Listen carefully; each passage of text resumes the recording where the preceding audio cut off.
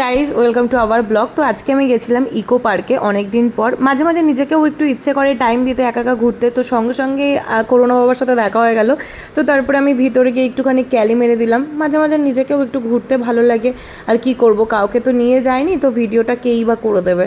তো যাই হোক, তারপরে নিজেই একা একা সব ভিডিওগুলো করলাম। আর এখানে জায়গাটাও খুব ভালো লাগছিল। মাঝে মাঝে আমার একা একা ঘুরতে বা যেতে যেখানেই আমার খুব ভালো লাগে। কিছু কিছু সময় মনে হয় যে নিজেকে টাইম দিই। তো তারপরে এখানে গিয়ে একটু ঘুরছিলাম। তো দেখো গাইজ, আমি তাজমহল চলে এসেছি। হ্যাঁ, এটা ভেবো না যে অরিজিনাল, কারণ মাঝে মাঝে ডুপ্লিকেট দিয়েও কাজ চালাতে হয়। তো যাই হোক, তারপরে আবার এখানে গেছিলাম ঘুরতে।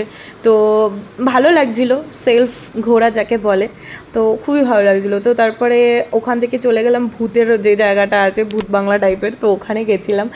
আর ওখানেও একা একা ঘুরছিলাম, ভালো লাগছিলো।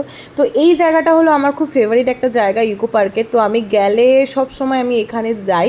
তো তারপরে খিদে পাচ্ছিল, তো আমি একটা ড্রিঙ্কস নিয়েছিলাম, একটা ড্রিঙ্কস খেলাম। তো তারপরে ওখান থেকে বেরিয়ে গাড়ি নিয়ে সোজা চলে আসলাম চা খেতে। তো চা খেয়ে তারপরে আমি একটা বান্ধবী এসেছিলো, তো আমি বান্ধবীর সাথে দেখা করলাম। ওর ফেসটা আমি রিভিল করছি না। তো আজকের মতো এখানেই। ভালো লাগলে লাইক কমেন্ট শেয়ার সাবস্ক্রাইব করে দিও। বাই।